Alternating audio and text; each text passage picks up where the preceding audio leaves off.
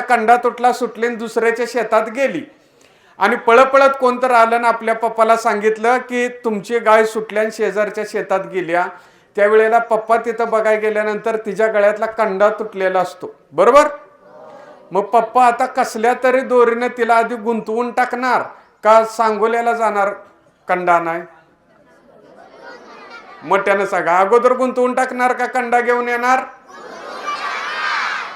अगदी त्याच पद्धतीनं आपलं मन स्वैरभर झालेलं आहे, त्याला कुठंतरी अगोदर गुंतवून ठेवणं म्हणजे तुमच्या डोळ्यात देखत तुमच्याच मित्रांचा सन्मान होताना पाहणं हे देण्यात घेणं. यातून आपल्याला प्रेरणा मिळते. आपलं मन एकदा गुंतलं पाहिजे ना कुठं तर.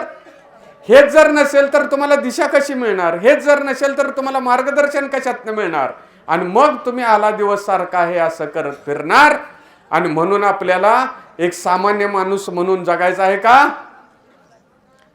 एक अलौकिक माणूस. आज आबासाहेबांचं नाव घेतलं जातं, अण्णांचं 27 वर्ष झालं नाव घेतलं जातंय का नाही? आज त्यांच्या प्रतिमेचं पूजन केलं का नाही आपण? आज ज्यांनी कोणी हे तैलचित्र काढलेलं आहे त्यांच्यासाठी एकदा जोरदार टाळ्या वाजवा.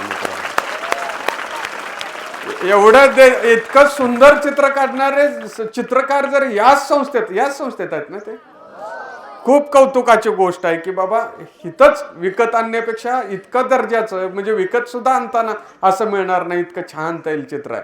मग या अण्णांचं का तैलचित्र लावलं बाळानो? कारण त्यांनी समाजासाठी काम केलं का नाही?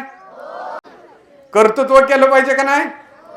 समाज आपल्याला पुसतो का आपल्या पूर्वजांना?